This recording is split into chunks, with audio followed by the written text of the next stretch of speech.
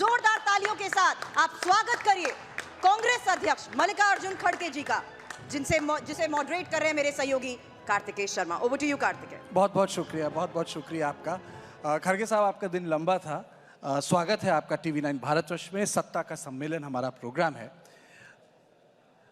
आजकल एक चीज देख रहा हूं खड़गे साहब, सड़क हो या संसद, रैली हो या जनसभा, बीजेपी नेताओं की जुबान पर आप ही का नाम होता है। क्यों?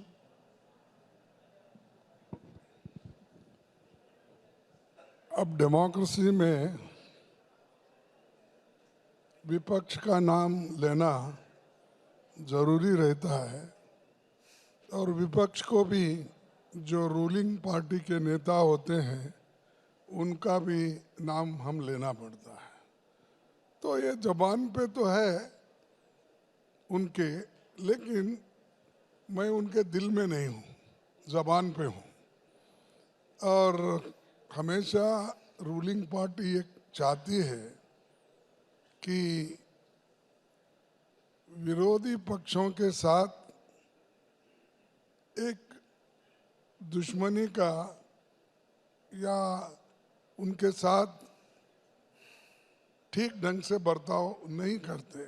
मैं देखा हूँ मेरे जीवन के ये 53वां साल चल रहा है, मैं MLA MP राज्यसभा मेंबर बन के, और शायद ही हिंदुस्तान में ऐसा कोई व्यक्ति होगा जो चुन के सतत आया और जो अपोजिशन लीडर कर्नाटक में, फिर उसके बाद में मिनिस्टर्स वहाँ, फिर कांग्रेस प्रेसिडेंट, फिर यहाँ आने के बाद लोकसभा में विरोध पक्ष के नायक बन के, फिर राज्यसभा में आके, फिर वहाँ अपोजिशन पार्टी के नायक बन के, और सेंट्रल में मिनिस्टर बन के। बहुत कम लोग हैं, कोई नहीं है नहीं बोलता हूँ, लेकिन बहुत कम लोग आपको मिलेंगे।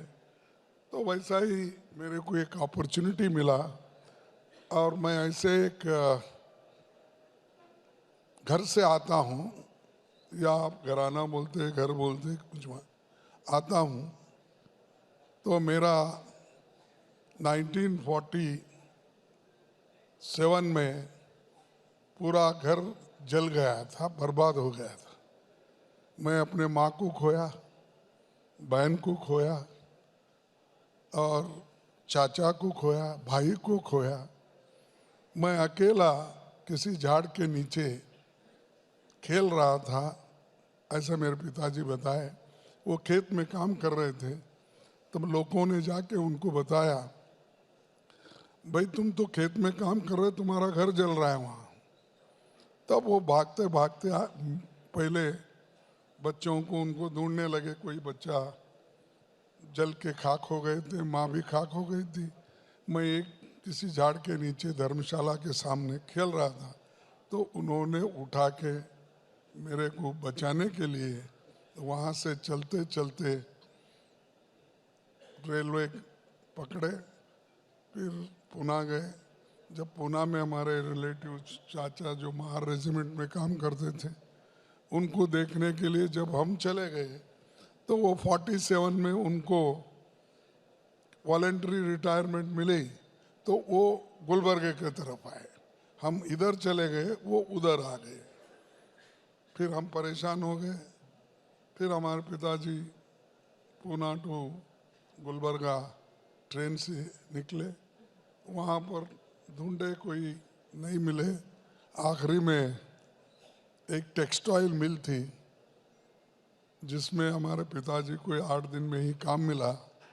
वहीं टेक्सटाइल मिल में एक कार्डिंग डिपार्टमेंट होता है, उसमें काम मिलने के बाद सिर्फ हमारे पिताजी ने मेरे को पाला पोसा, शिक्षण दिया और लोगों ने मेरे को प्रोत्साहित किया। तब स्टूडेंट लीडर भी बना, लेबर लीडर बना। 69 में मैं कांग्रेस प्रेसिडेंट बना, ब्लॉक कांग्रेस कमेटी। तब से लगातार जनता के आशीर्वाद से यहाँ तक आके पहुँचा हूँ, ये अपने खुद के मेहनत के ऊपर और हमारे पिताजी के आशीर्वाद से। शायद ये भी बहुत कम लोग होते होंगे, किसी ना किसी को आर्थिक मदद होती है या शैक्षणिक मदद होती है, और समाज में बड़ा जब उनका कद होता है तो ऐसे लोगों को तो हर चीज़ इजीली मिलती है। लेकिन मेरे को मेहनत करने के बाद ही ये मिला, और अकेला मैं और मेरे पिताजी ये यहाँ तक मेरे को हमारे पिताजी ने पहुँचाया। अब मैं 82 चल रहा है मेरा। तो कहने का मकसद क्या है, मेरे को किसी की सिंपत्ति नहीं चाहिए। मैं एक वर्कर का बेटा हूँ और जनता की लड़ाई में हमेशा बचपन से लड़ते हुए आया हूँ, यहाँ तक पहुँचा हूँ। तो इसीलिए ये मेरा छोटा सा बैकग्राउंड आपको इसलिए दिया। लोग आते हैं या तो ऊपर से नीचे बैठते हैं आके, या कोई उनको नीचे से ऊपर उठा लेता है। तो हम जमीन पे ही चलते चलते दिल्ली तक पहुँचे हैं। तो इसलिए वो सड़क पे हम लड़ने की भी तैयारी रखे हैं, सदन में लड़ने की तैयारी है, और वहाँ पर एमएलए बन के वहाँ भी लड़े हैं। और लड़ाई में हम कोई कसूर नहीं रखेंगे, लड़ते ही रहेंगे जब तक जीत नहीं पाएंगे या जीतेंगे नहीं। खड़गे जी, बीजेपी का नारा है इस बार 400 पार। प्रधानमंत्री बात करते हैं मोदी की गारंटी, मोदी है तो मुमकिन है। आपका नारा क्या है? कांग्रेस की गारंटी क्या है? देखिए, पार्टी की गारंटी हम कह सकते हैं। कांग्रेस पार्टी की गारंटी, जब हम पावर में थे, यूपीए की गवर्नमेंट, तब हमने मनरेगा ये गारंटी दी, एजुकेशन की गारंटी दी, और फूड सिक्योरिटी एक्ट का बनाकर लोगों को पेट भरने के लिए, गरीब लोगों को हमने वो काम किया। ऐसे कितने हैं।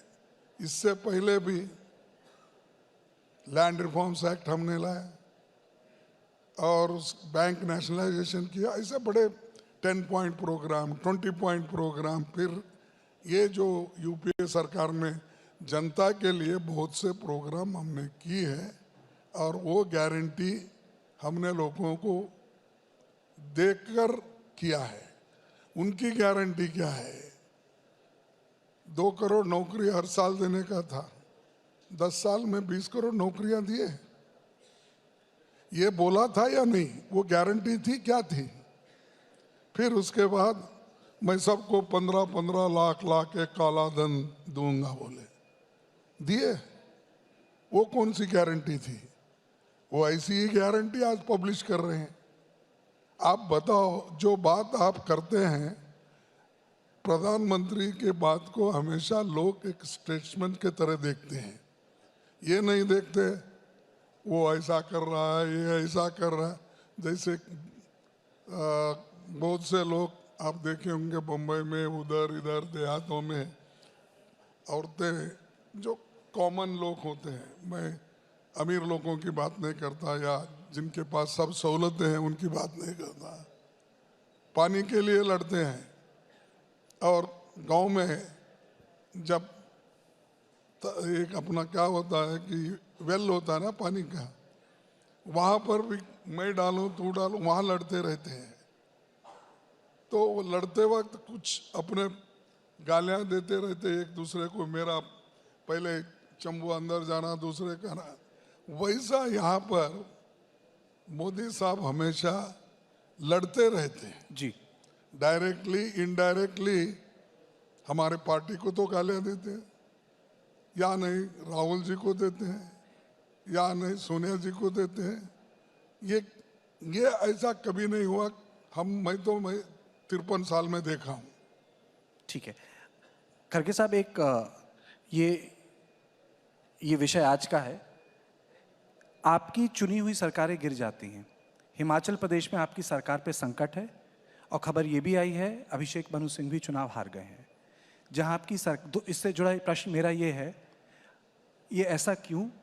और क्या कोई विचारधारा का कोई अपना वजूद नहीं है पार्टी में कि लोग विचारधारा से जुड़े, जीत के बाद टूट जाते हैं और छोड़ जाते हैं? देखिए, जो अपने सिंघवी साहब का अभी रिजल्ट नहीं निकला, बराबर है 34-34, लेकिन सरकार चुनी हुई गवर्नमेंट को उनको आस दिलाकर अगर ले जाती है, बनी हुई सरकार को तोड़ती है, तो ये कौन सी डेमोक्रेसी है? इससे पहले भी ऐसा ही हुआ। मध्य प्रदेश में, कर्नाटक में हुआ, मणिपुर में हुआ, गोवा में हुआ। हर जगह अगर आप चुन के नहीं आते तो इनडायरेक्टली फिर उनको पकड़ के किसी न किसी दृष्टि से उनको अंदर डाल के या डरा के, धमका के, आस दिखा के ये अगर काम करते हैं तो ये डेमोक्रेसी है, ये लोकतंत्र है। अरे लोकतंत्र में तो आप हिम्मत दिखाना चाहिए। क्या पंडित जवाहरलाल नेहरू जी ने ऐसा ही किया था? क्या लाल बहादुर शास्त्री जी ने ऐसा ही किया था? क्या तोड़फोड़ करके हम कोई भी, राजीव गांधी ने ऐसा किया था? तो ये लोग क्यों ये कर रहे हैं मुझे मालूम नहीं हो रहा। ये तो मैं बताऊंगा कि अगर ऐसा ही करते गए जी, तो एक दिन इस देश में डेमोक्रेसी को खत्म करेंगे, लोकतंत्र को बर्बाद करेंगे और संविधान को ये रख देंगे अलग। तो ये अपनी बात है। तो अगर आपको बहुमत मिला है, ठीक है, हुकूमत कीजिए, आपके आइडियोलॉजी इम्प्लीमेंट कीजिए, आपको जो लगता है, लेकिन डरा धमका के अगर कोई डेमोक्रेसी में करता है, ये चल नहीं सकता। पर खड़गे साहब, आपकी पार्टी से पिछले एक दशक में 2014 के बाद कई बड़े नेता गए, हाल फिलहाल पूर्व मुख्यमंत्री भी चले गए अशोक चव्हाण। तो मैं उसी चीज़ को दोहरा रहा हूँ कि एक विचारधारा की ग्लू होती है।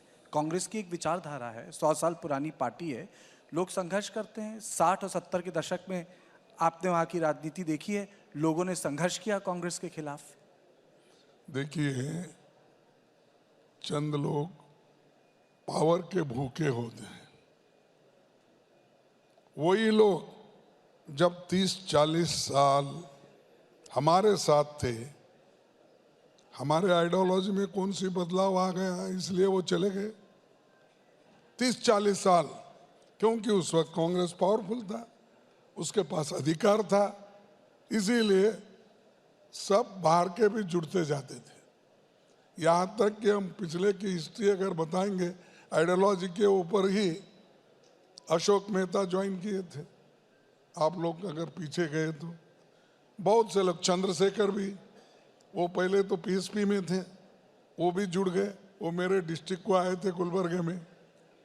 144 सेक्शन जब लगा गया तो हम तो अभी छोटे थे, उन्होंने जब आए, मोहन धारिया, कृष्णाकांत, चंद्रशेखर, ये सब तकरीर कर रहे, तो वो 144 में उनको ये कर दिया, गिरफ्तार किया, हम लोगों को भी किया। बोलने का मकसद, जो आइडियोलॉजिकली लड़ना चाहता है, अब मैं हूं, एक ही पार्टी में हूं, एक पार्टी, एक ही चिन्ह, 2 चिन्ह हो गए मेरे। पहले हमारी गाय बछड़ा थी, उसके बाद हाथ आ गया, तब से मैं एक ही पार्टी में हूं। क्या मैं कहीं निराश हो गया हूं? मेरे को तो लक्ष्य है कि एक तो डेमोक्रेसी को बचाना, संविधान को बचाना, इसलिए मैं लड़ रहा हूं। मेरे को कुछ मिलो या ना मिलो। पर खड़गे साहब, क्रॉस वोटिंग तो कर्नाटक में भी हुई। कर्नाटक में क्रॉस वोटिंग नहीं हुआ, हमारे को जितने आना चाहिए था वो आ गए, तीनों कैंडिडेट जीत गए, ये खुशी की बात है। अच्छा, चलिए थोड़ी अब इंडिया की बात कर लेते हैं। ये बात कही जाती है कि जो गठबंधन है, जो आप कहते हैं कि बहुमत लेकर आएगा, भारतीय जनता पार्टी कहती है कि वो हवा की तरह है, मौजूद है, पर दिखाई नहीं पड़ता। हवा की तरह है, लेकिन आदमी को जिंदा रहने के लिए हवा तो होना ना, ऑक्सीजन नाइट्रोजन बना के ही आप हवा चलती है। देखो ये सब उनका क्रिटिसिज्म क्या है, ये हवा की तरफ है, ये कभी राहुल गांधी की लेकर बात करते हैं। अरे ऐसा नहीं होता भाई, हर डेमोक्रेसी में कभी गठबंधन होता है, कभी एक पार्टी बहुत ही पावरफुल है तो वो अकेली लड़ती है, या अपने आइडियोलॉजी के तहत अगर कोई मिला जुला आता है तो उसको लेके चलते हैं। तो हम सबको लेके चलने का काम कर रहे हैं, उसमें सभी बहुत से पार्टियां हमारे साथ जुड़े हैं, तो उसमें कोई दो राय नहीं। कितनी भी कोशिश मोदी जी करेंगे वो इसमें उनको यश नहीं मिलेगा। वो तोड़ने की कोशिश तो बहुत कर रहे हैं, देखेंगे हम भी उतने ही मजबूत है जितने उन्हें तोड़ने के लिए तैयार है, तो हम टूटने के लिए तैयार नहीं हैं। आप लोगों ने बोला था कि आप लोगों का इंडिया का सचिवालय होगा, साझा प्रवक्ता होंगे, एक तरह की एकजुटता होगी, लोग मिलके काम करेंगे। सचिवालय भी नहीं है खरगे साहब, साझा प्रवक्ता भी नहीं है, इस वक्त साझा रैलियां नहीं हुई, मनमुटाव हो गया।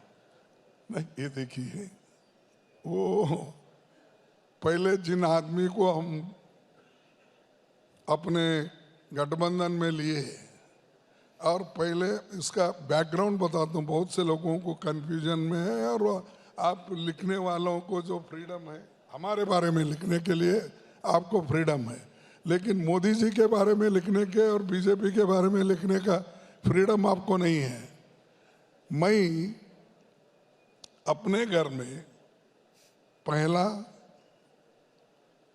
मीटिंग किया, पहले मैं बुलाया शरद पवार जी को, उनसे बातचीत किया, फिर उसके बाद में डीएमके को हमने बुलाए, हमारे घर में ही बातचीत हो गई। फिर उसके बाद में सभी पार्टी एक एक करके हमने बुलाकर तैयार किए। आखिरी में हमारे केजरीवाल जी भी आए, वो भी बात किए, हमारे घर में मिलके मैं और राहुल जी भी थे। सब मिलने के बाद मीटिंग कहाँ करना, तो कोई कहा कि बेंगलुरु में करूं, कोई कहा कि दिल्ली में करूं, तो आखिरी में ये उन्होंने बोला कि पटना में शुरू करना चाहिए। तब दूसरे मीटिंग में उन्होंने खुद कहा, नीतीश जी ने, भाई हम पटना में करेंगे, हमारी सरकार है, सब कुछ मजबूत है, वहाँ करेंगे। उन्होंने कहा, लोगों को जुटाए, हम बात करें, हम उनको भी बुलाए।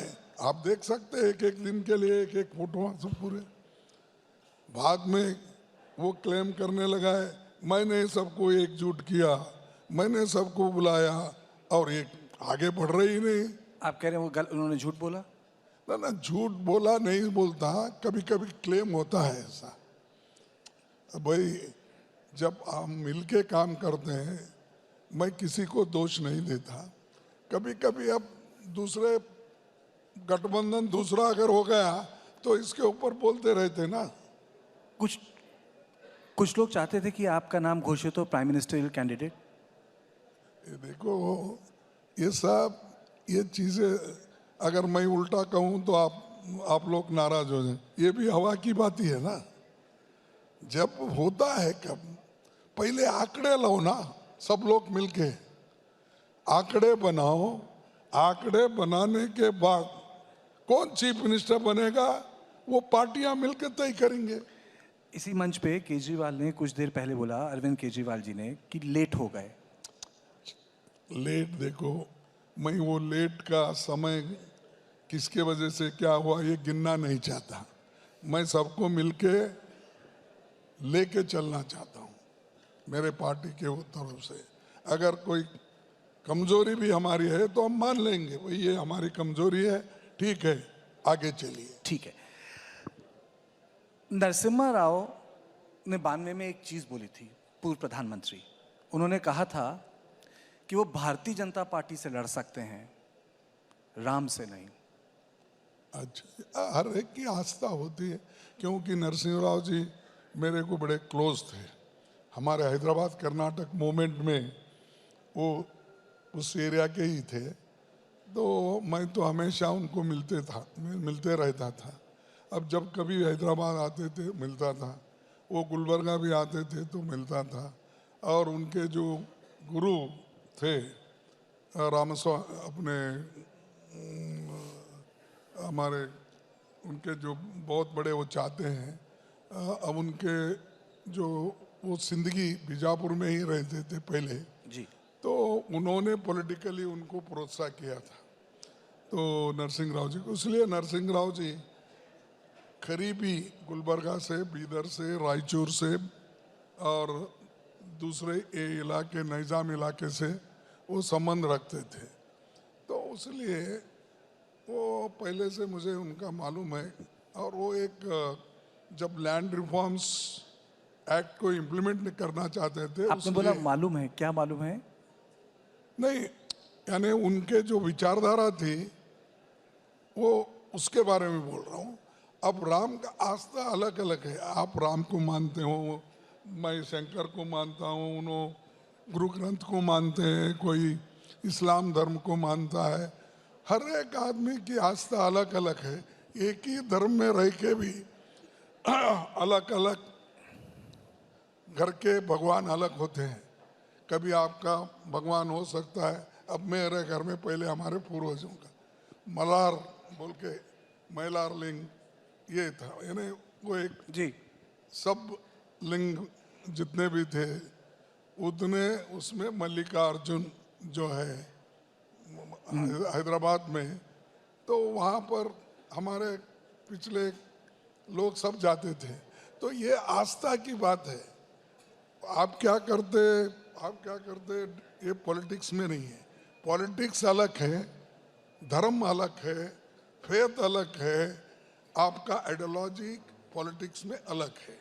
इसीलिए आप मिक्स करके लोगों को डिवाइड मत करो, और ये कर रहे हैं आज की सरकार। खड़गे साहब, भारत एक आस्था वाला देश है। आपको नहीं लगता कि प्राण प्रतिष्ठान के बाद उत्तर भारत थोड़ा, आप एक तरीके से कह सकते हैं, राममय हो गया है? हाँ? राममय हो गया है, मूड बदला है, एक प्रो इनकम्बेंसी तैयार की है बीजेपी के लिए। अब और एक बार पूछिए, देखता हूँ। मेरा कहने का मतलब है कि आपको लगता है क्या प्राण प्रतिष्ठान के बाद जो अयोध्या में प्राण प्रतिष्ठान हुआ रामलला, तो आपको लगता है कि मोदी जी का कद बड़ा है, उत्तर भारत राममय हो गया है, ये एक बड़ा सेंटिमेंट है नॉर्थ इंडिया में? देखिए, नॉर्थ इंडिया में शंकर के लिए नहीं है, कृष्ण के लिए नहीं है। अरे हर पे आस्था होती भाई, आप पॉलिटिक्स में मत लो ना। आपको हम ये बोल रहे हैं कि पॉलिटिक्स अलग रखो, धर्म अलग रखो, तुम्हारी फेथ क्या। एक घर में 3 लोग अलग अलग गुरु को मानते हैं, तो इसीलिए ये पॉलिटिक्स करना बंद करो। या अनएम्प्लॉयमेंट का प्रॉब्लम है, सॉल्व करो, और इन्फ्लेशन का प्रॉब्लम है, सॉल्व करो। आपको जो गद्दी पे बिठाया गया, जनता के समस्याओं को सुलझाने के लिए बिठाया गया, ऐसे प्रॉब्लम तैयार करने के लिए नहीं है। ये काम तो साधु संत जो है वो करते हैं, और उनका आशीर्वाद लेने के लिए सब लोग जाते हैं। तुम क्यों साधु बनना चाहते हैं भाई? हाँ, आप लोग क्यों बनना चाहते हैं? छोड़ दो, जिनका काम वो करते हैं। आप पॉलिटिक्स के बारे में बात कर रहे थे अभी। कांग्रेस के चीफ मिनिस्टर, दक्षिण भारत के कई मुख्यमंत्री, उन लोगों का कहना था कि जो दक्षिण भारत से पैसा आता है उतना उनको पैसा नहीं मिलता है। पर ये आपको लगता है कि कांग्रेस पार्टी जो पूरी पैन इंडिया पार्टी है, इस तरीके की राजनीति से उसे नुकसान हो सकता है? देखिए, ये गलत बात है। साउथ और नॉर्थ ये बोलना ठीक नहीं है भाई। सभी हम भारतीय हैं, इंडियंस है, हिंदुस्तानी हैं, और जब हिंदुस्तान के लोग एक होकर आज़ादी लिए हैं और आज़ादी को हिफाजत करना अपना फर्ज होता है। तुम साउथ नॉर्थ ईस्ट वेस्ट बोलते गए तो कोई मुल्क नहीं बचता। मुल्क को बचाना है, तुम सब लोग मिलके एक होकर, आखिरी तुम्हारे शरीर में एक बूंद भी है तो उसको डिफेंड करने के लिए तुम लोग एक होना चाहिए। पार्टी का सवाल नहीं है यहाँ पर, हमारा देश, इसका सवाल है। अब मोदी बोले तो क्या है, या दूसरा कोई, हम मानते हैं। अरे तुम्हारी पॉलिटिक्स है, तुम्हारी आइडियोलॉजी है, तुम्हारी पार्टी है, कुछ भी करो, लेकिन मुल्क के बारे में उसको तोड़ के, उसको डिवाइड करके तुम लोगों में जो ये भेदभाव तैयार कर रहे हैं, ये अच्छी बात नहीं है, और कल यू हैव टू पे फॉर इट। अच्छा चलिए एक बताइए, एक चीज़ पूछी जाए, ये कांग्रेस पार्टी से जुड़ी है। लोग कहते हैं कि कांग्रेस में थोड़ा सा मैरी गो राउंड है। जब आपसे कोई विषय के बारे में पूछा जाता है तो आप कहते हैं एक बार वेणुगोपाल को कंसल्ट कर लीजिए। जब उनके पास जाया जाता है तो वेणु जी कहते हैं एक बार मैं राहुल जी से पूछ के बताता हूँ। और जब राहुल जी के पास जाया जाता है तो कहा जाता है कि I am not the president, मैं अध्यक्ष नहीं हूँ, खड़गे साहब अध्यक्ष हैं, आप उनके पास जाइए। देखो, ये मैं कभी किसको उनको पूछो इनको पूछो नहीं कहता। जिसको जो काम सौंपा गया है, अब ऑर्गेनाइजिंग सेक्रेटरी है, अगर कोई आया, साहब हमारे पास डीसीसी नहीं बना, ब्लॉक नहीं बना, तो मैं किसके पास भेजूं? नड्डा के पास भेजूं? हाँ, मैं तो अपने ऑर्गेनाइजिंग सेक्रेटरी को ही बोलूंगा ना।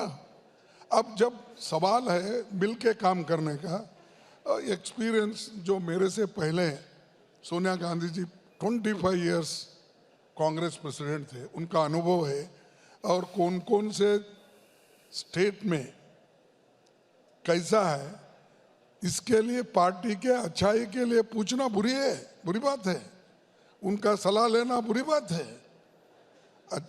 तीसरा, राहुल गांधी जी, उन्होंने भी हमारे पूर्व अध्यक्ष थे, उनको भी कई चीज़ों को मालूम है, कई चीज़ हम बताते हैं, नहीं साहब ये ठीक नहीं है, वो मानते हैं। ऐसा नड्डा साहब कभी पूछे क्या मोदी जी नड्डा साहब को? ये मैं चैलेंज के साथ कहता हूँ।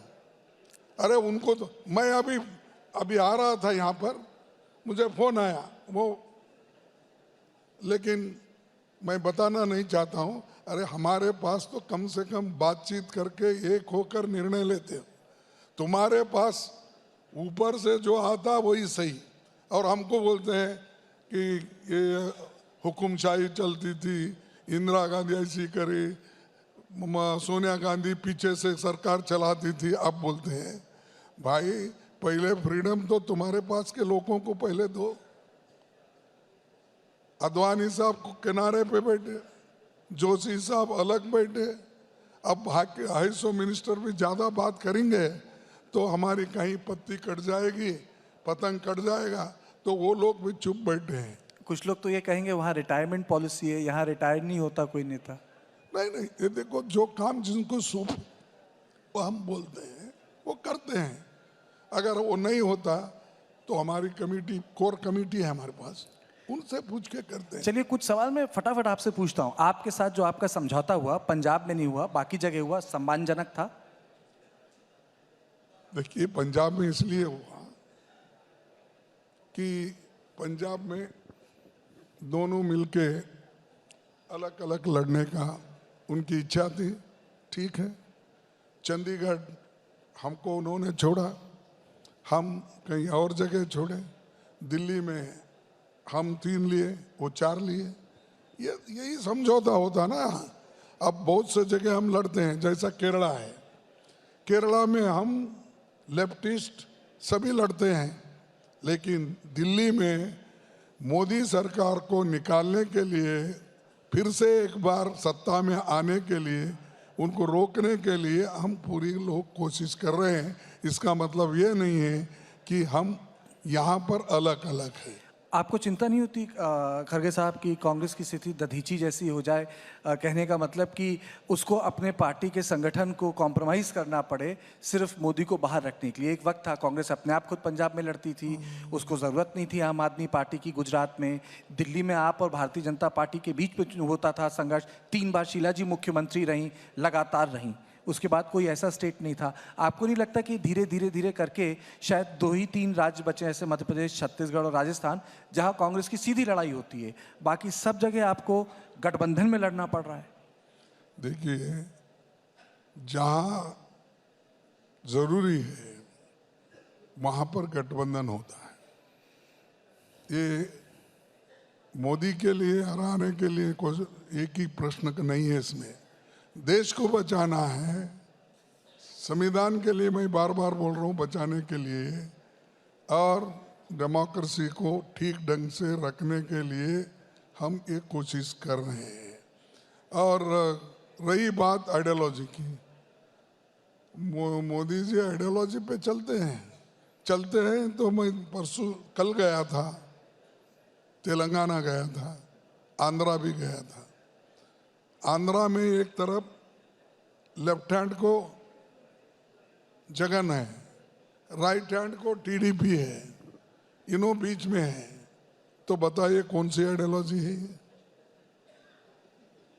बताइए आप। नहीं, मैं तो संगठन की बात कर रहा था तीसरी आपसे। चीज, एआईडीएम के और बीजेपी से तो कभी पहले से नहीं जमता आइडियोलॉजिकली, तो कभी नजदीक गए जैसा होता है, कभी दूर गए जैसा होता है। ये अब पंजाब में एसएडी है, इनकी आइडियोलॉजी एक ही है। देखिए, आइडियोलॉजी मोदी साहब जो बोलते हैं वही आइडियोलॉजी, वहां पर दूसरी आइडियोलॉजी नहीं चलती। इसीलिए तो उन्होंने बोलते हैं मैं कुछ कर सकता हूं, मेरी गारंटी। उन्होंने पार्टी की गारंटी नहीं बोलते, ये मोदी की गारंटी। चलिए, आखिर में 2 सवाल। संदेश खली को लेके पार्टी का रुख क्या है? संदेश खली मीडिया में रहा, खबरें आई, औरतों के साथ एट्रॉसिटी हुई, एनसीडब्ल्यू की टीम गई, तमाम चीज़ें हुई, पॉलिटिक्स हुई, आपके नेता अधीर रंजन चौधरी ने जंगल राज बोला। संदेश खली मसले पर कांग्रेस अध्यक्ष मल्लिकार्जुन खड़गे जी का क्या कहना है? देखिए, किसानों के बारे में तो हमको कुछ करना ज़रूरी है और उसको लीगल गारंटी देने का वायदा तो हमने किया है। मेरी पहली घोषणा ये रही, अगर गठबंधन सरकार आई तो किसानों को हम एमएसपी लागू यानी लीगलाइज्ड कर देंगे, उसको मदद करेंगे और जो चीज़ें हम कर सकते हैं ज़रूर उनके लिए करेंगे। ये नहीं कि जो चीज़ें हम नहीं कर सकते वो भरोसा दे, वो ठीक कभी नहीं होता। और दूसरी चीज़, अधीर रंजन चौधरी का क्या बोले अब कि जंगल राज है पश्चिम बंगाल में संदेश खली, जहां महिलाओं के साथ अत्याचार हुआ। देखो, वहाँ पर हमेशा ये चलते रहता है कि एक तरफ कांग्रेस पार्टी के लोग हैं, एक तरफ कम्युनिस्ट के हैं, एक तरफ टीएमसी है। तो ये चीज़ें राष्ट्रीय स्तर पर, उसके बारे में मैं ज़्यादा कमेंट नहीं करना चाहता हूँ। पर महिलाओं पे अत्याचार? नो, महिलाओं का हम कंडम करते हैं ना, महिलाओं का अत्याचार कंडम करते हैं, इसीलिए तो हम लड़ रहे हैं। अरे इस देश में साहब वोटिंग पावर महिलाओं को किसने लाया? आज़ादी के बाद अगर किसी ने महिलाओं को वोटिंग पावर दिया है वो कांग्रेस ने दिया है। अडल्ट फ्रेंचाइज इससे पहले इंग्लैंड में नहीं था, फ्रांस में नहीं था, यानी बहुत लेट करके वो लोग दिए। यूके में नहीं था, यूएस में नहीं था।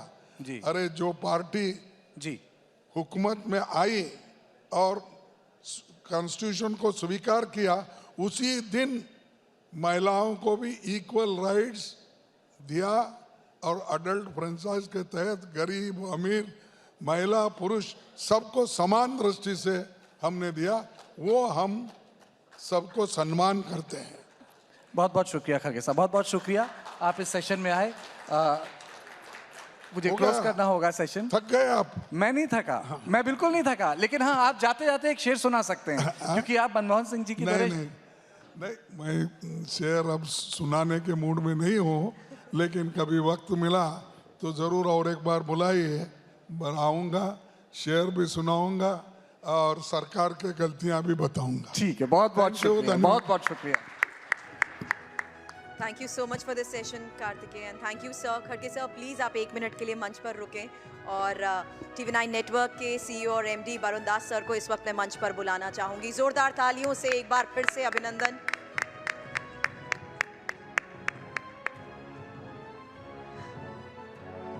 तालियां रुकनी नहीं चाहिए।